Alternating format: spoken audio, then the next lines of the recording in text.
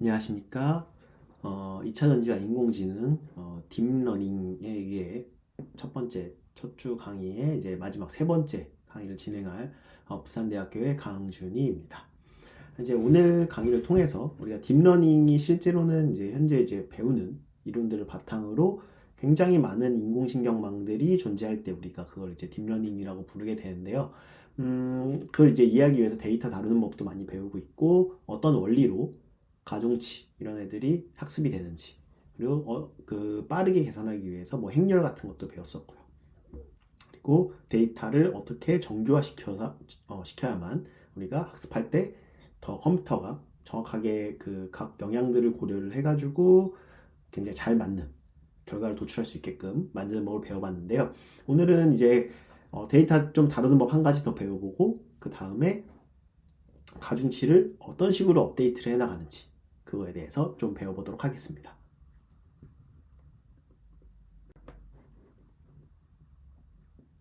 자, 이제 학습을 진행을 할 때 이제 데이터를 다루는 법에 대해서 한 가지 더 배워볼 건데요.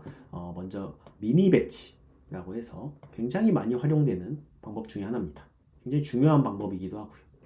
그러니까 우리가 이제 나중에 학습을 진행을 하려고 하면 굉장히 방대한 데이터를 다룰 일이 많단 말이에요. 딥러닝이라고 하면은 정확히 뭐 몇 개 데이터 이상이다 말하기는 좀 어렵지만 정말 많은 데이터를 다루게 되면 막 10만 개, 100만 개, 막 1000만 개가 넘는 데이터를 다루게 될 건데 그러한 데이터를 가지고 한 번에 학습을 다 시켜가지고 가중치를 계속 업데이트를 하려고 하면은 이게 굉장히 큰 한 번 학습할 때마다 시간이 너무 오래 걸리게 됩니다. 그래갖고 어차피 이 데이터가 이만큼 있으면 그 중에 랜덤하게 뭐 요만큼을 모아가지고 걔네만 갖고 학습을 시키고 그 다음 또 나머지를 학습시키고 하면은 조그만 데이터 갖고 학습할 때는 금방금방 업데이트가 되니까요. 근데 이 조그만 데이터만 갖고서 이제 우리가 인공지능 통해 갖고 어떤 모델을 예측하는 걸 만들면 당연히 이 전체를 다 다루고 했을 때보다는 정확도가 좀 떨어지겠죠, 당연히. 하지만 조그만 데이터 갖고 만들면 훨씬 빠르게 어떤 초기 모델을 만들 수가 있고 그 초기 모델이 당연히 전체보다는 떨어지지만 그래도 꽤 정확도가 괜찮은 값을 나올 거란 말이에요. 그게 정확히 몇이 나올지 모르겠지만요. 학습을 진행을 해야만 알겠지만. 하지만 이제 시간도 굉장히 중요하다 보니까 그 조그만 데이터로 먼저 학습을 진행을 하고 그 다음 나머지 기존에 학습하지 않은 부분들을 이제 업데이트된 모델로 예측하고 하면은 이미 초기에 좀 초기 모델이 어떻게 형성되냐에 따라 학습 시간이 꽤 많이 달라지거든요. 그러니까 처음에는 모델을 어떻게 만들지 아예 모르잖아요. 이 예측을 하기 위해서 어떤 식으로 초기 모델을 만들어야 얘가 예측이 될지가 전혀 모르는데 조그만 데이터 갖고 적당한 초기 모델을 만들면 그 다음부터 학습이 훨씬 빨리 되게 됩니다. 처음부터 전체 데이터로 초기 모델을 만들려고 하면 전체 데이터를 다 고려해야 되기 때문에 시간이 너무 오래 걸리게 되는 거죠. 그래서 처음에 초기 모델을 간단하게 만들기 위해서 그걸 토대로 계속해서 업데이트를 해나가는 방법을 우리가 이제 미니 배치라는 걸 배워볼 건데 간단하게 하기 위해서 만약에 12개의 데이터가 존재했다고 해볼게요. 그러면은 예를 들어서 우리 손글씨 배웠을 때 손글씨 데이터가 뭐 숫자가 뭐 2, 3 이렇게 손으로 쓴 것들 있잖아요. 이런 게 뭐 총 12개가 있었다고 해볼게요. 그러면은 이렇게 4개 먼저 학습하고 뭐 6, 2, 1, 0 뭐 여러 가지 숫자가 있을 수 있겠죠. 3, 2, 1, 6 그러면은 요 4개만 가지고 먼저 학습을 해보자는 겁니다. 그러면은 보면은 요거 갖고 학습해서 초기 모델 만들고 그럼 그 다음번에는 요거나 요거 가지고 업데이트를 한번 해야겠죠. 훨씬 더 정확한 모델을 만들기 위해서 뭐 얘를 먼저 해도 되고 얘를 먼저 해도 되고 순서는 상관없어요. 나중에 우리가 순서를 정할 수가 있습니다. 그래서 이제 12개를 한 번에 넣고 학습하면 당연히 지금 12개밖에 안 될 때야 한 번에 넣고 학습해도 좋지만 굉장히 막 12억 개 그렇다. 그러면은 나눠서 미니 배치라는 걸 해서 이렇게 나눠주는 걸 우리가 미니 배치 학습이라고 부릅니다. 그래갖고 4개씩 나눠서 3번 학습을 진행합니다. 총 1번, 2번, 3번. 그래갖고 전체 데이터가 있을 때 얘네를 나누면은 이 미니 배치 방법을 써서 이렇게 1, 2, 3, 4, 5등분을 할 수도 있고요. 뭐 6등분을 할 수도 있고 7등분을 할 수도 있고 이런 것들은 본인이 그냥 정하시면 됩니다. 우리가 정하는 거예요. 꼭 몇 등분을 해야 가장 좋다. 이렇다기보단 그때그때마다 인공신경망 학습을 시키기 위해서 요새는 이제 GPU 바탕으로 보통 학습을 많이 시키는데 그 그래픽 카드 기반의 연산을 통해서요. 왜냐면은 우리 행렬곱을 통해 가지고 가중치랑 그 인풋 값을 다 곱하고 그 곱한 애들을 다 더해가지고 다음 인공신경망으로 넘어가고 거기서 또 가중치 곱하고 더하고 넘어가고 이런 식으로 인공신경망이 작동을 하잖아요. 그럼 행렬곱을 할 때 몇 억 개 곱하기 몇 억 개 행렬이 두 개 곱하기가 되면 각각 곱하기를 할 때 GPU라는 걸 써주면은 이런 각각의 계산을 한 번에 여러 군데를 나눠서 쉽게 계산할 수 있게 도와주는 그 하드웨어를 이제 우리가 그래픽 카드라고 부르죠. 그래픽 카드들이 보통 이제 원래는 게임이나 영상 쪽 분야에서 그런 반복 계산이 굉장하게 많이 이루어지는 그런 경우에 이제 GPU를 썼던 건데 그 반복 계산이 굉장히 많이 이루어지는 게 인공지능에서 똑같이 그렇기 때문에 우리가 GPU 그래픽 카드를 써가지고 계산을 진행을 하게 되는 거죠. 그래갖고 보시면은 이 전체 데이터가 있을 때 배치 사이즈라고 부릅니다. 굉장히 중요하죠. 배치 사이즈가 몇이냐. 여기서는 배치 사이즈가 이제 4개씩 되겠죠. 아까 위에서는 배치 사이즈가 4고 배치 사이즈가 4인 게 총 3개가 존재한다.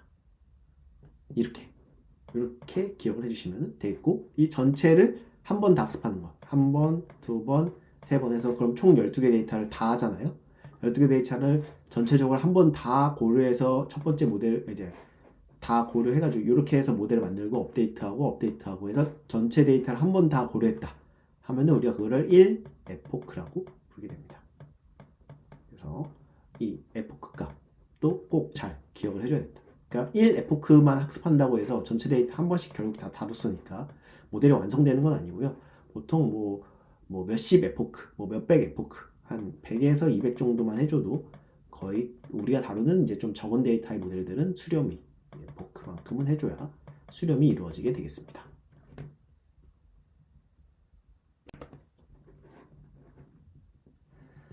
자, 그렇다면 우리가 이제 그 엠니스트 데이터셋, 손글씨 데이터가 만약에 6만 개의 숫자가 있었다고 해볼게요. 그럼 6만 개에다가 보면은 미니 배치가 우리가 1875개가 있다면 그러니까 예를 들어서 이렇게 6만 개가 있을 때 얘를 1, 2, 3, 4 쭉 1875개로 나눈 겁니다. 아까 12개 데이터를 4로 해서 하나, 둘, 3개로 나눴듯이 이번에는 1875개 동그라미를 만든 겁니다. 그럼 각 동그라미 안에는 총 32개씩 데이터가 들어가 있는 거죠. 아까는 4개의 데이터가 하나, 둘, 셋, 넷 하나, 둘, 셋, 넷 하나, 둘, 셋, 넷 해서 총 12개 데이터가 있었잖아요.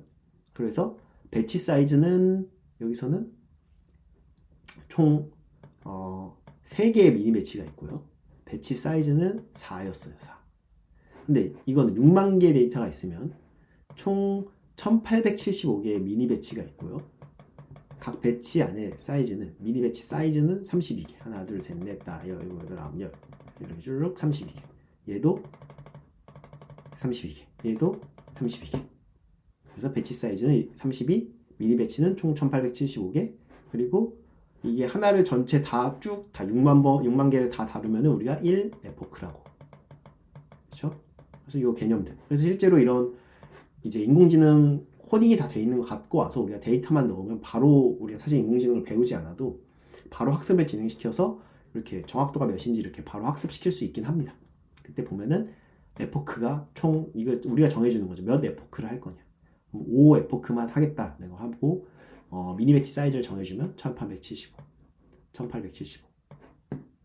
배치 하나당 그 안에 근데 이 1875개의 미니 배치가 있는데 그 배치 하나당 총 32개씩 데이터가 들어가서 32개 데이터 갖고 모델을 만들었다는 소리겠죠.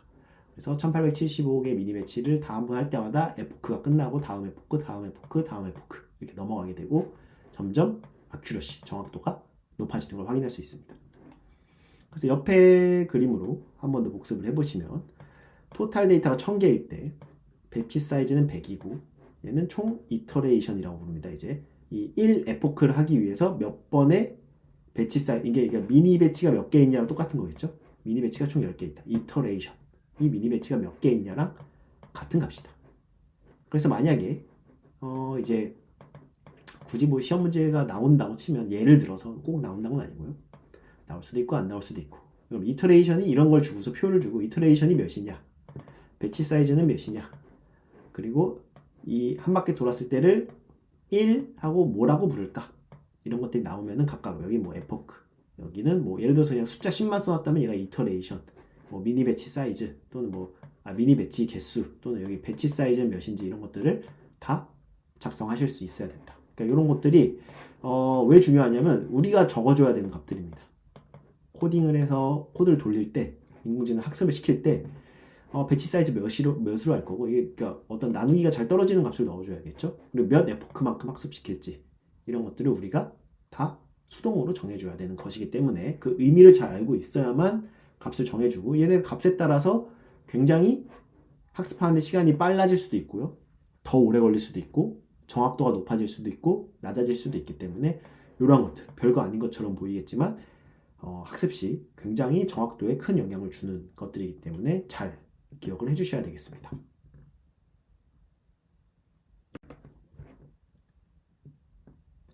자, 그렇다면 이제 인공신경망을 학습을 할 건데 훈련 데이터가 있을 거고요. 그 다음에 우리 매개 변수, 가중치랑 편향값을 막 업데이트를 해가지고 점점 좋은 모델을 만든다고 했어요. 근데 이제 학습이 너무 오래되면은, 그러니까 너무 많이 시키면 학습을 우리가 너무 오랜 시간 동안 계속 학습을 시키면 현재 데이터를 거의 이제 100% 맞추려고 하는 어떤 피팅 상태가 됩니다. 이건 이제 뒷부분에 한 번 더 언급해 드릴게요. 오버피팅 현상이 일어나기 때문에 굉장히 중요한 단어입니다. 너무 그 학습을 오래 시키면 안 됩니다. 너무 최적화시키면은 여기서 살짝만 벗어나도 값이 굉장히 이상한 값이 나오게 될 수가 있어요. 이게 왜 그런지는 이따 그림으로 한번 설명을 해 드릴게요. 자, 어찌됐건 그러면 이제 학습이 잘 됐는지 안 됐는지를 알아야 되는데, 잘 됐는지 안 됐는지 확인하기 위해서 여러 가지 손실함수라는 걸 쓰게 됩니다. 로스 펑션이라고. 손실함수. 이제 인공신경망의 마지막으로 가장 중요한 개념이 되겠습니다. 그러니까 어떤 내가 현재 훈련으로 예측한 값이 있고요. 예측값. 그 다음에 정답값이 있을 겁니다. 정답. 그럼 둘이 예측한 값이랑 똑같으면 학습이 굉장히 잘 된 거겠죠. 근데 보통은 이게 간단한 경우야 굉장히 잘 맞추게끔 할 수 있지만, 이게 복잡한 경우는 예측값이 정답값을 이제 완전히 똑같이 맞추기가 어려울 경우도 있습니다. 대부분은 보통 이제 정확도로 표현을 하게 되면은 뭐 한 90% 이상 맞출 경우가 많겠지만, 생각보다 정확히 맞추기가 쉽지 않은 경우가 많아요. 복잡한 데이터를 다루면 다룰수록 복잡한 걸 예측하고.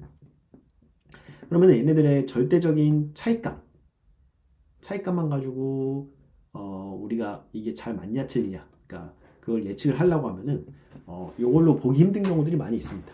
그래서 손실함수라는 걸 도입을 해서 차이값의 제곱의 합을, 왜냐면은 이제 데이터가 여러 개다 보니까 데이터 여러 개 넣어서 각각 예측값, 요걸로 예측값, 요걸로 예측값, 요걸로 예측값, 요걸로 예측값 이렇게 있을 거잖아요. 그럼 얘와 얘의 정답 사이의 차이, 얘랑 얘 사이의 정답과의 차이, 얘랑 얘의 정답과의 차이, 쭉 다 값이 여러 개가 나오겠죠. 데이터를 이제 여러 개 놓고 학습하니까 처음에. 아까 그 미니 배치를 해도 각 배치마다 데이터가 하나만 있는 건 아니었잖아요. 아까 12개짜리 데이터도 하나의 미니 배치 안에 4개의 데이터가 있었어요. 각 데이터가 예측된 값들이 정답값과 차이값들이 있을 텐데, 이 차이값들을 그대로 만약 다 이제 더한다. 차이값이 다 더하면은 어떤 애는 차이값이 플러스 값인 애들도 있고 마이너스 값인 애들도 있고 플러스인 애들도 있고 마이너스인 애들도 있을 수 있단 말이에요. 그러면 이만큼씩 오차가 있는 건데 그냥 더해버리면 어떻게 된다? 마치 오차가 없는 것처럼 예측이 될 수도 있어요. 플러스랑 마이너스 값이 상쇄가 돼가지고. 예를 들어서 예측값이 3인데 정답값은 2였고요. 얘는 예측값이 5인데 정답값이 6이었어요. 그럼 요거 빼기 그러니까 첫 번째 데이터, 두 번째 데이터라고 한다면, 그럼 얘는 값이 1이고요. 차이값이, 얘는 차이값이 마이너스 1입니다. 그럼 두 개를 이제 더한 학습 데이터 두 개의 결과물을 각각의 오차를 더하면은 얘는 오차가 0인 것처럼 나올 수도 있다는 소리예요. 그러니까 이런 오류를 넘어가기 위해서 우리가 차이값의 제곱을 취해주는. 그러면은 전부 다 양수값이 나오니까 우리가 오차 제곱합, 오차가 얼마나 되는지를 여러 데이터의 오차들을 쭉 더해가지고 현재 오차가 얼마큼 되는지가 알 수 있게 되겠죠. 근데 여기 이제 2분의 1은 안 붙여도 되는 거죠, 원래는. 붙이는 이유가 우리가 나중에 이 손실함수가 줄어들게끔 미분을 해가지고 그 미분값을 이제 차이값을 넣어줘가지고 매개 변수를 업데이트를 한단 말이에요. 이 가중치와 편향값을. 근데 이제 그걸 이제 미분을 막 매번 컴퓨터가 계산을 하면 미분 자체가 사실 계산량이 좀 드는 방법이거든요. 근데 우리가 몇만 개 데이터를 다루고 매개 변수 구할 때 몇만 개의 미분을 해야 되겠고, 뭐 데이터가 몇억 개가 되면 몇억 개의 미분을 해야겠죠. 그러면은 그 미분하는 시간이 진짜 오래 걸립니다. 이게 그러면은 인공지능망이 작동을 못 한다고 보셔도 돼요. 지금 슈퍼컴퓨터 성능이 엄청 좋다고 해도. 물론 돌아가긴 하겠지만 엄청나게 오랜 시간이 걸리겠죠. 그래서 사람들이 이제 나중에 여기서는 잘 다루진 않겠지만 백프로파게이션이라고 해서 좀 빠르게 미분 과정을 우리가 미리 미분값들 같은 걸 다 계산을 해놔가지고 미리 그걸 이제 상쇄시켜가지고 체인 그 미분을 좀 배워보시면 다 상쇄시켜서 미리 미분값들 구해놓고 어떤 식이 들어오면 걔 미분값을 미분을 안 하더라도 미분 결과물을 바로 곱하기라거나 나누기를 해줘갖고 빠르게 미분 계산을 할 수 있게 됩니다. 그러면 그때 할 때 그 백프로파게이션 할 때 미리 체인룸 같은 걸 써서 미분했을 때 값을 좀 상쇄시킬 때 이 2분의 1 곱해 놓으면 얘가 나중에 상쇄가 되거든요. 안 그러면 나중에 뭐 2분의 1을 다시 나눠주고 막 그런 문제가 있기 때문에 오차 제곱합을 할 때는 일부러 미리 2분의 1을 그냥 붙여놓습니다. 실제로 그냥 내가 데이터, 인공지능 안 하고 그냥 데이터의 오차 제곱합을 구할 때야 2분의 1을 곱할 필요는 없지만 인공신경망 안에서는 그 미분하는 과정에서 좀 생략 그 값을 상쇄시키기 위해서 미리 그냥 2분의 1을 넣어놓는 이런 꼴을 이제 sum of square for error라고 해서 square 이제 제곱을 말하는 거죠. 제곱합, 오차 제곱합이란 걸 많이 쓰게 되고요. 그 다음에는 평균 제곱 오차라는 것도 많이 쓰게 됩니다. 그럼 차이점은 똑같은데 평균을 내기 위해서 얘는 이 전체 데이터 개수로 한번 나눠주는. 그래서 이런 평균 제곱 오차란에도 많이 사용하고 그냥 오차 제곱합도 많이 사용하고 이 외에도 여러 가지 오차가 얼마큼 있는지 나타내는 손실함수들이 여러 가지가 있습니다. 그때마다 필요한 손실함수 값을 우리가 사용해 주시면 되겠습니다. 우리가 맞는 모델 방법에 따라서. 그래서 이 나쁨, 그러니까 얼마나 오차가 크냐, 오차를 줄여야 돼요. 줄여나가면 오차가 줄어든다는 거는 굉장히 정확해진다는 거죠. 줄이기 위해서는 뭘 바꿔야 된다? 매개변수값. 매개변수값은 뭐다? 가중치와 편향을 말하는 거다. 그래서 이런 것들을 줄여나가는 방법을 소개를 해드리겠습니다.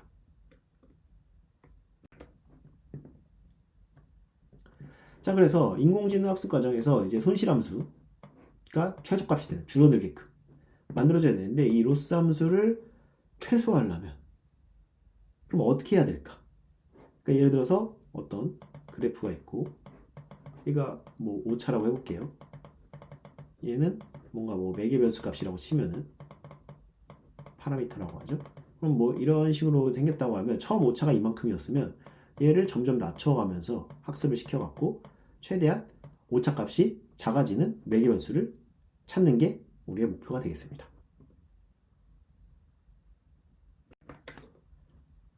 자, 그렇다면 우리가 이제 배울 방법은 경사하강법이라고 부르는 그레디언트 디센트 메소드라고 합니다. 이걸 이제 좀 비유를 통해서 설명을 해드리자면 예를 들어서 우리가 등산을 아침부터 이제 해가지고 꼭대기에 올라왔는데 문제는 올라왔더니 갑자기 날씨가 엄청 안 좋아져서 안개가 엄청 많이 끼고 산이 앞이 하나도 안 보이는 거예요. 이 내 한 발자국 정도 거리까지만 현재 보이고 나는 근데 산을 지금 내려가고 싶은 거죠. 안 그러면 여기 이제 쫄딱 굶게 생겼으니까 날씨도 춥고 그럼 이제 내려가야 되는데 지금 전혀 앞이 안 보이니까 어떻게 하면 빨리 내려갈 수 있을까? 우리가 뭐 절벽 같은 건 없다 가정을 하고 예를 들어 한 발자국마다 떨어져서 죽잖아요. 일단은 뭐 절벽 같은 건 없다라고 그냥 가정을 하고 한번 이 방법에 대해서 비유를 해보자면 자 그러면 내가 이제 한 발자국 앞은 보여요 현재. 나의 목표는 내려가는 거다.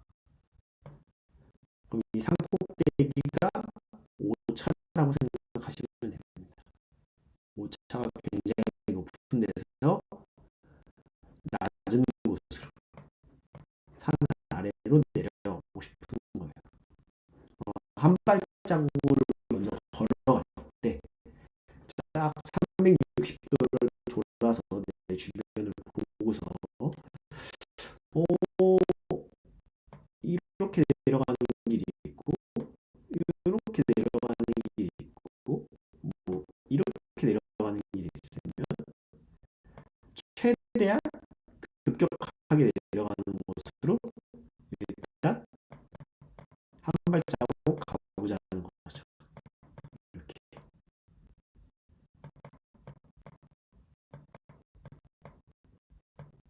왜냐면 일로 가는 것보다 일로 가는 게 조금 더 아래쪽으로 내려가는 입장이잖아요. 그래서 일로 가면은 조금 더 아래로 내려왔어요.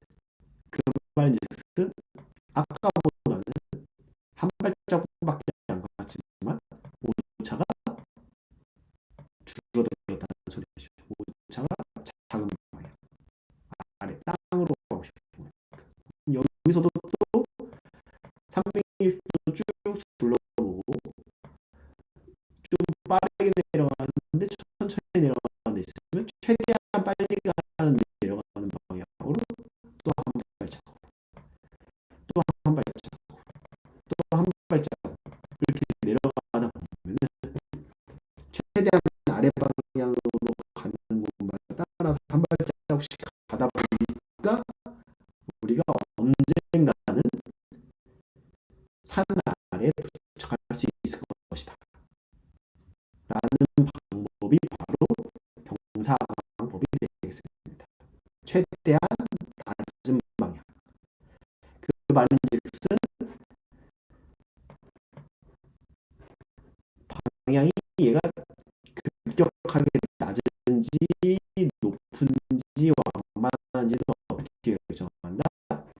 그래프에서는 이게 뭐죠? 기울기죠. 기울기.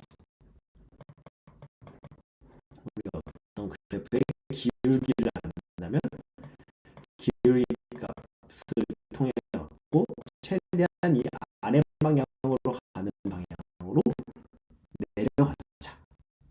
라는 게 수학적 원리는 기울기를 활용하는 거고, 비유를 하자면 산을 내려갈 때 한 발자국 내리는 거다.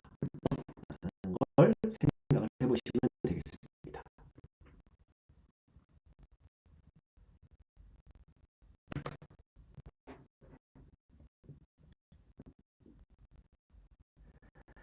자, 그래서 이제 가중치 값에 따라서 가중치를 막 바꿔오면서 보면은 처음에 내가 예를 들어서 이쪽에 있었어요. 이쪽에 있었는데 얘는 어떻게 돼야죠?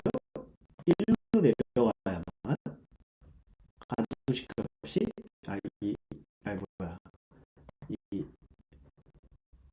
손실함수가 비용이 줄어들겠죠. 그러니까 이 코스트란 게 손실함수라고 생각하시면 됩니다. 반대로 오른쪽으로 여기서 1로 이동해 버리면 더 값이 올라가 버리죠. 그렇죠? 현재 이 오른쪽 이런 그래프를 가질 때입니다. 그럼 이제 왼쪽에 이런 식으로 그래프가 있을 때 생각을 해보시면 얘는 그러니까 여기 있을 땐 왼쪽으로 가야 낮아졌는데 이쪽에 있을 때는 왼쪽으로 가면 오히려 올라가죠. 오히려 오른쪽으로 가야 감소하게 됩니다. 자, 그 말인즉슨 뭐가 중요하냐면 여기서는 기울기가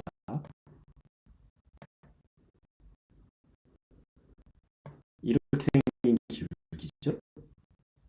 그러면 우리가 이렇게 갔다 이렇게 가는 기울기는 우리가 양수값을 기울기로 줍니다. 기울기 값이 양수예요. 플러스가. 반대쪽으로 여기 있을 때 이 기울기는 이렇게 생긴 기울기,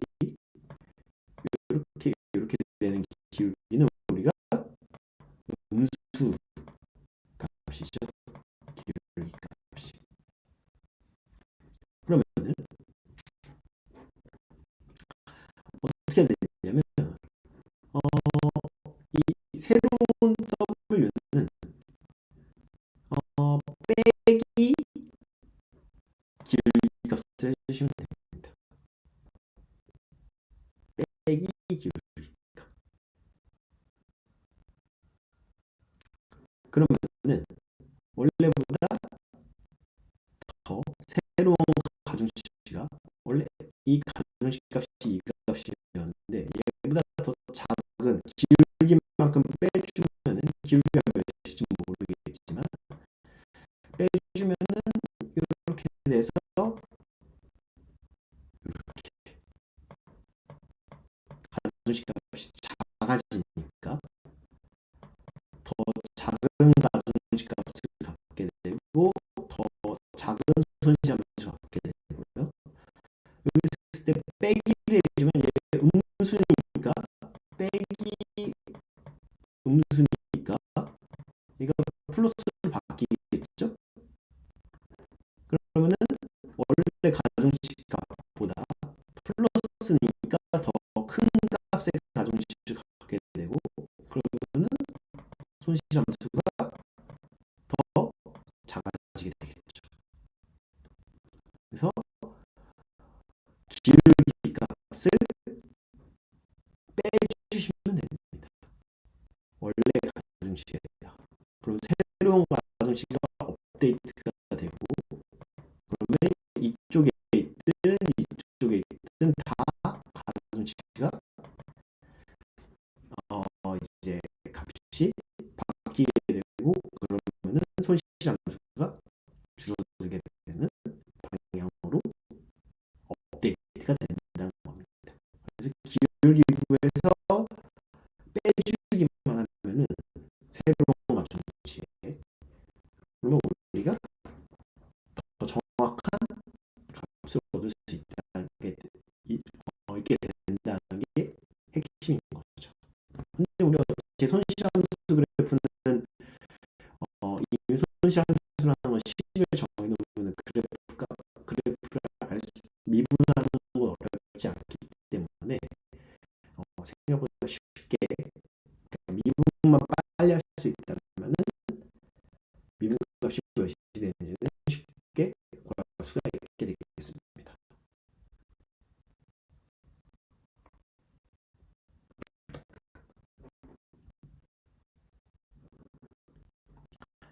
자, 그래요.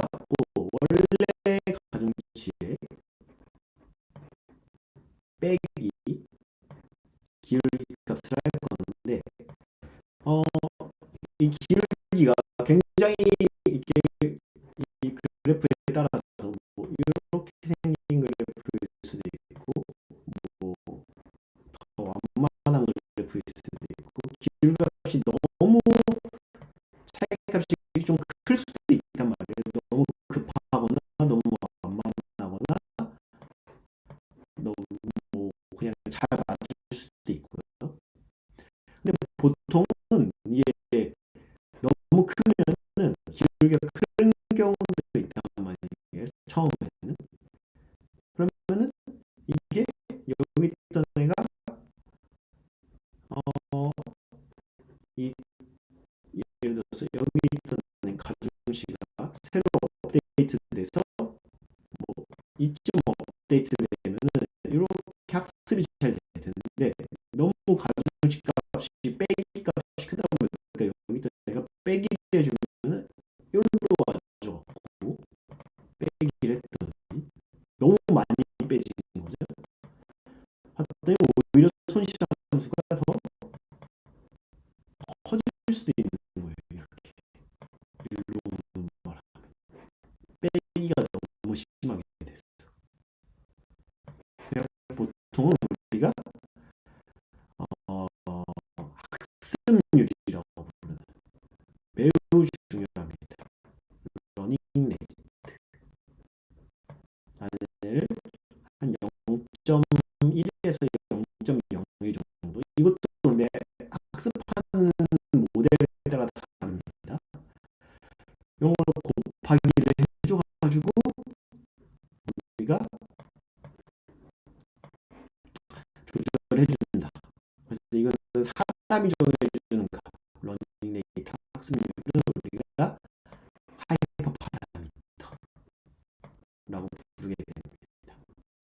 그래서 최종적으로 새로운 이제 이런 기호는 얘를 요구해서 새로 얘로 업데이트하라는 뜻입니다.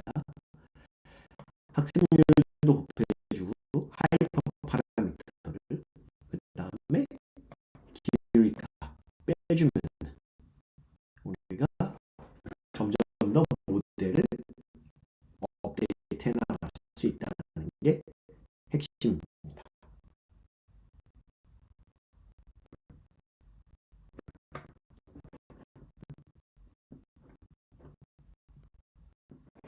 자, 그래서 이렇게 로우 러닝 레이트일 때는 굉장히 천천히 학습되는 문제가 있어서 너무 시간이 오래 걸리는 단점이 있고요.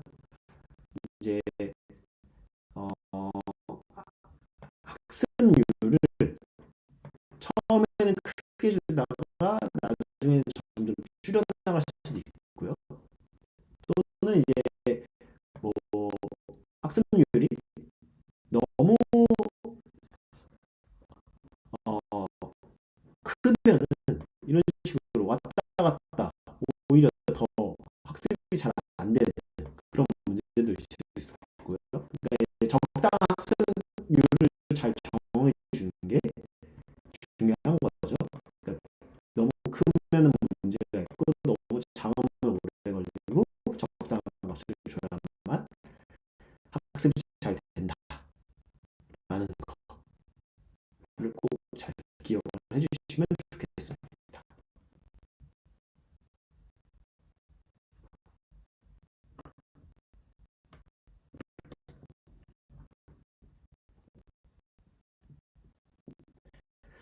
자, 그런데 이제 문제가 뭐냐면 산이라는 게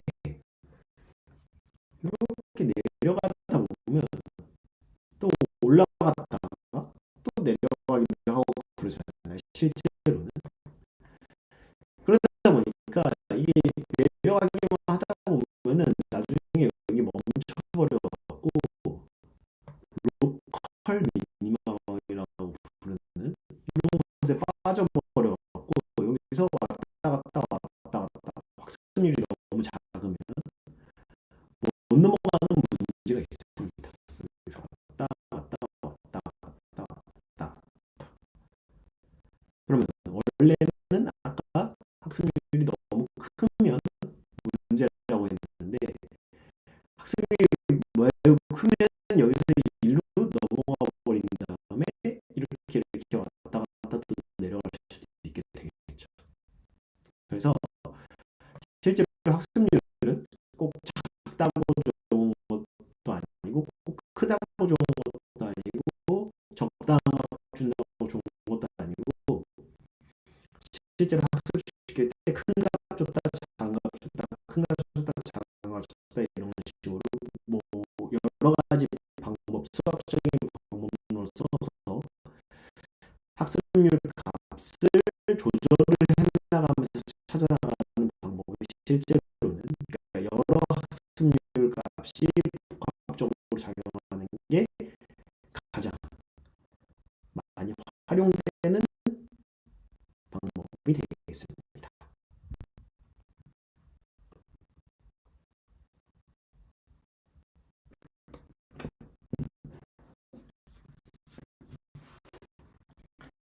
자, 그래갖고 이제 인공지능만 정리를 해보시면 데이터가 들어와서 가중치를 곱하고 뭐 히든 레이어 거치고 또 뭐 아웃풋 레이어 그러니까 결과물 출력하는 쪽 거쳐서 타입 값이랑 손실 함수를 비교를 한 다음에 얘네들의 기울기를 구해가지고 기울기가 빼주면서 학습률을 통해 갖고 적당한 학습률을 이제 정해주는 방법들 이런 것들 통해 갖고 여기 여러 가지 방법들이 있는데 보통 이제 아담이라는 방법 많이 쓰는데 이것도 이제 학습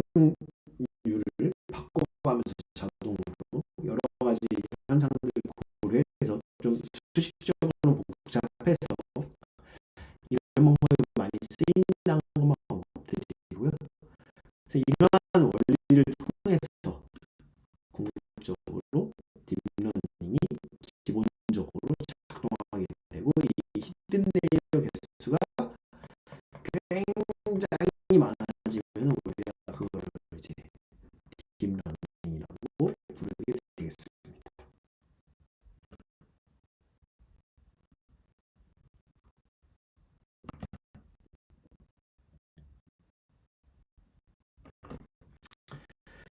자, 마지막으로 이제 언더피팅이랑 오버피팅의 예시만 그래프를 한번 보여드리고 마무리할 건데요.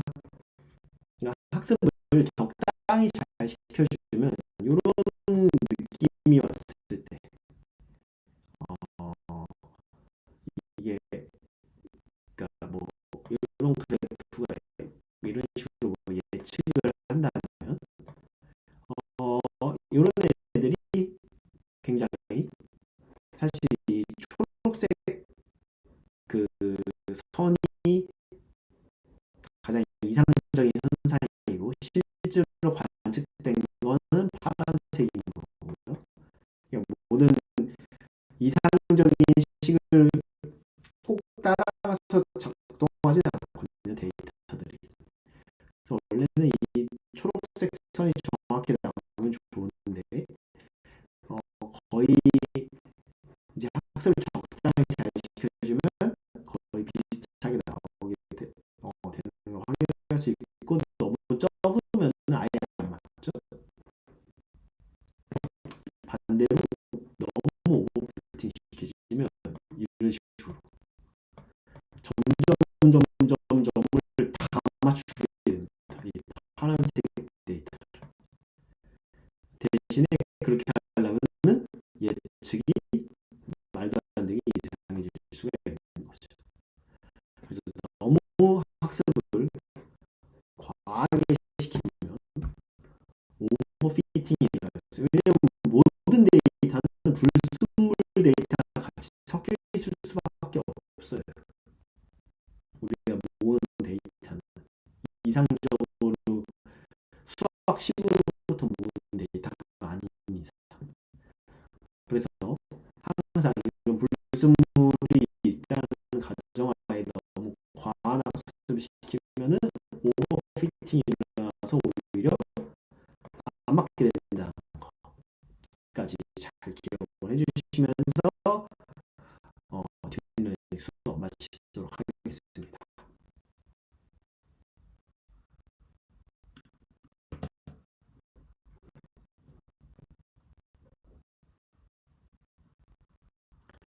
네, 이상